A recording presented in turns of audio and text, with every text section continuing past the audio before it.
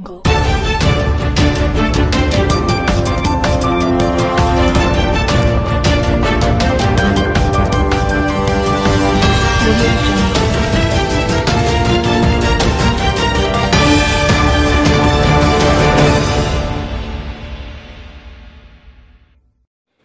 Hello, good morning viewers. Welcome back to Haswara News with leading news report all around the world. And for today, November 17, 2021, we bring for information that happens during this day. Now with me, Aisyah Farah. And here is the new in details. Hearing growth in US as employers add 531 jobs beating expectation. The economy added 531,000 jobs in October, blowing past economists' prediction of 450,000, and the employment rate fell to 4.6% from 4.8%. Friday release from the Bureau of Labor Statistics followed a disappointing September report, in which a mere 194,000 jobs were added, compared to the 500,000 expected by economists. President Biden said in remarks at White House Friday that America's economy is starting to work for more Americans, and we have reached 4.6 unemployment rate for 2 years before forecast talk is possible. Labor market experts have been projecting a rebound for October's numbers, based on falling COVID-19 cases in much of the country and increases in so-called high-frequency metrics like airport passenger traffic and restaurant reservation. A robust private sector jobs report from payroll processor ADP showed October job growth of 571,000, a better than anticipated figure, driven by the addition of 185,000 leisure and hospitality jobs. Economists say the contours of a post-COVID economy are coming into focus, albeit slowly, one aspect of the post-COVID job market that already is clear. The pandemic fundamentally altered the contours of the American workforce, a finding that has implications for lagging for labor force participation, particularly among women. Lisa Erickson, as a co-head of the Public Markets Group in U.S. Bank Wealth Management, said that Americans being able to do a lot of things at home and the pandemic changed behavior of Americans related to their job.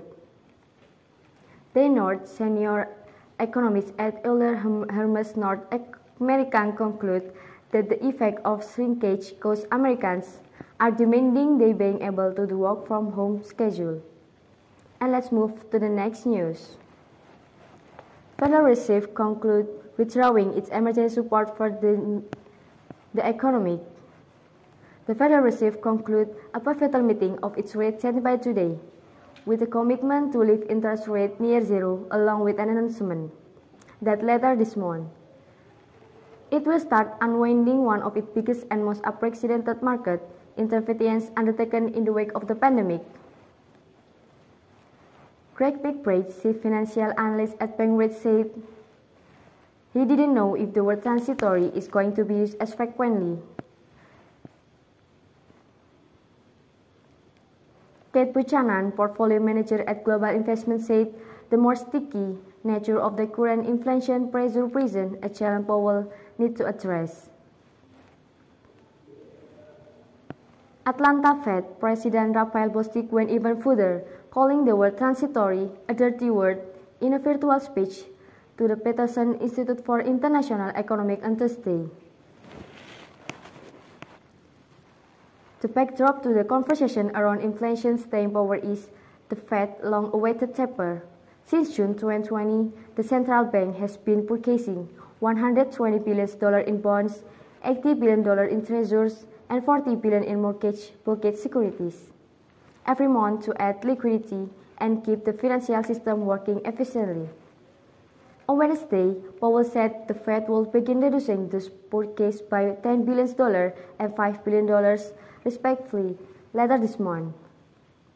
The Fed will continue to step down by these increments, so Powell said the bank was prepared to adjust the pace of purchase if warranted by change in the economic outlook. Market observers expect that tapering to begin either later this month or in December, based on commentary Fed officials started providing this summer. Although James Bullard, the regional Fed president in St. Louis, recently suggested that tapering could conclude as early as the first quarter of the next year. Most market participants think it is likelier that the Fed will take a slower pace, and wrap up those bond purchases early by next June. Keelung closed his statement by saying that they had talked about giving markets advance notice, and this Fed had very deliberate in their communication strategy. I am Aisyah Farah. Thank you so much for watching. Have a nice day. I'm signing out.